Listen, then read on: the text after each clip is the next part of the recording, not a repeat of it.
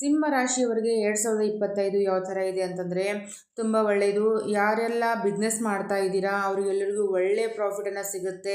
ಬಿಸ್ನೆಸ್ಸಲ್ಲಿ growth ಸಿಗುತ್ತೆ, development ಸಿಗುತ್ತೆ, ಅಭಿವೃದ್ಧಿ ಸಿಗುತ್ತೆ. ಮತ್ತು ಯಾರೆಲ್ಲ ವಿದೇಶವನ್ನು ಹೋಗ್ಬೇಕು ಅನ್ಕೊಂಡಿರೋ ಅವರಿಗೆ ವಿದೇಶ ಯೋಗ ಕೂಡ ಸಿಗುತ್ತೆ. ಯಾರೆಲ್ಲ ಪ್ಲ್ಯಾನಿಂಗ್ ಮಾಡ್ತಾ ಇದ್ದೀರೋ ಅಥವಾ ಔಟ್ ಆಫ್ ರಿಲೇಟೆಡ್ ಏನು ಬಿಸ್ನೆಸ್ ಮಾಡ್ತಾ ಇದ್ರೆ ಅವರಿಗೂ ಕೂಡ ನಿಮಗೆ ಪ್ರಾಫಿಟ್ನ ಸಿಗುತ್ತೆ. ಗೌರ್ಮೆಂಟ್ ಜಾಬ್ ಎಲ್ಲ ಮಾಡ್ತಾ ಇದ್ದೀರಾ, ಗೌರ್ಮೆಂಟ್ ಜಾಬಲ್ಲಿ ನಿಮಗೆ ಒಳ್ಳೆ ರೀತಿಯ ಬಡ್ತಿ ಸಿಗುತ್ತೆ. ಅಥವಾ ಗೌರ್ಮೆಂಟ್ ಜಾಬ್ಗೆ ಯಾರು ಟ್ರೈ ಮಾಡ್ತಾ ಇದ್ರೆ ಅವ್ರಿಗೆ ಗೌರ್ಮೆಂಟ್ ಜಾಬ್ ಆಗುವಂಥ ಒಂದು ಯೋಗ ಕೂಡಿ ಬರುತ್ತೆ.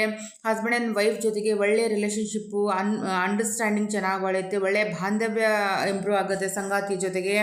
ಅದೇ ರೀತಿ ಅನ್ವಾಂಟೆಡ್ ಫುಡ್ನಿಂದ ಸ್ವಲ್ಪ ನೀವು ದೂರ ಇರಿ, ಅದರಿಂದ ಸ್ವಲ್ಪ ನಿಮಗೆ ಹೆಲ್ತ್ ಅಪ್ಸೆಟ್ ಆಗ್ಬೋದು. ಅದು ಬಿಟ್ಟರೆ ಕಣ್ಣು ರಿಲೇಟೆಡ್ ಸ್ವಲ್ಪ ಪ್ರಾಬ್ಲಮ್ಸ್ ಬರ್ಬೋದು, ಕಣ್ಣು ಆಗೋದು, ಸ್ಪೆಕ್ಸ್ ಆಗ್ಬೋದು. ಕಣ್ಣು ರಿಲೇಟೆಡ್ ಏನಾರ ತೊಂದರೆಗಳನ್ನು ನೀವು ಫೇಸ್ ಮಾಡ್ಬೋದು. ಅದಕ್ಕೆ ಬಿಟ್ಟರೆ ನೀವು ರೆಮಿಡಿ ಏನು ಮಾಡ್ಕೋಬೇಕು ಅಂತಂದರೆ, ಈ ವರ್ಷ ನೀವು ನಿಮ್ಮ ತಾಯಿಗೆ ಯಾವುದೇ ಒಂದು ಉಡುಗೊರೆಯನ್ನು ಕೊಡಿ, ಗಿಫ್ಟನ್ನು ನೀವು ಕೊಡಿ ನಿಮ್ಮ ತಾಯಿಗೆ. ಅದು ಬಿಟ್ಟರೆ ಕೇಸರ ತಿಲಕನ ನೀವು ಹಣೆಗೆ ಹಚ್ಕೊತಾ ಬನ್ನಿ. ಶಿವನ ಏನಂತಾರೆ ಈಶ್ವರನ ದರ್ಶನ ಮಾಡಿ ಅಥವಾ ಶಿವನ ದರ್ಶನ ಮಾಡಿ. ನಿಯಮಿತವಾಗಿ ನೀವು ಗುಡಿ ಗುಂಡಾರಗಳಿಗೆ ವಿಸಿಟ್ ಮಾಡಿ.